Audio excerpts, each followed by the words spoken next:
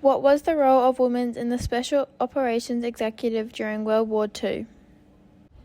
The Nazis started to have success and power at the start of 1930.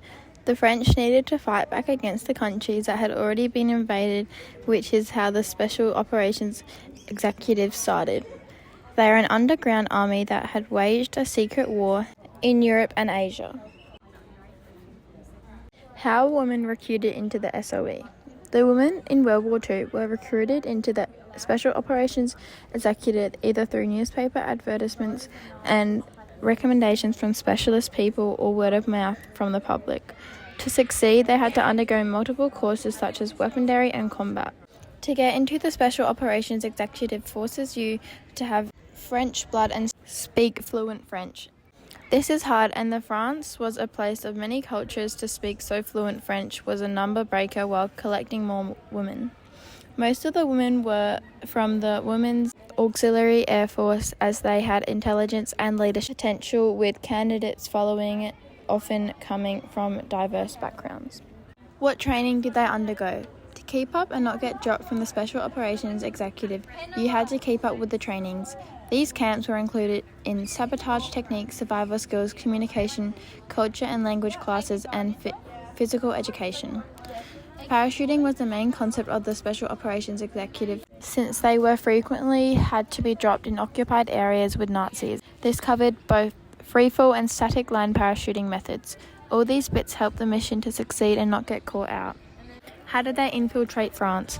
Women primarily parachuted into remote locations at night with equipment to infiltrate France for their missions with the Special Operations Executive. Along the coast, where it was simpler to avoid German patrols, some people arrived in small boats while others crossed borders as civilians, frequently acting like workers or refugees and using false identities. They also wore disguises to blend in with the locals. With the help of French resistant groups, used well-known escape routes. They were also able to get data and carry out sabotage against, depending heavily on these techniques.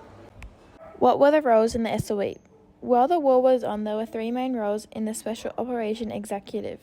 These roles were extremely crucial in undermining the enemy and supporting the Allied war effort.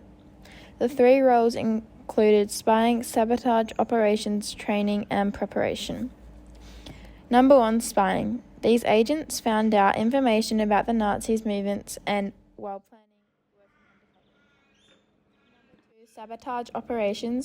Number 2, sabotage operations. They found out ways to distract the Nazis by planting bombs and exploding them to distract the fact of the SOEs. Number 3, training and preparation. This team helped receive training in skills like weapons handling and survival.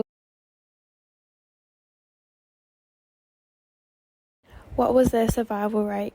Among all of the women that were involved in the Special Operations Executive, only 72% of the women survived, and the other 28% of the women lost their lives on the missions to save their countries. For women, especially in France, the death rate was around 42%. Their deaths were usually caused by execution from Nazis or accidents during parachuting or transport. In summary, women served in the Special Operations Executive during World War II, conducting sabotage and information gathering in France to kill the Nazis. Despite the risks, they played an important part in helping their country, with 42 dying in France and 72 surviving overall.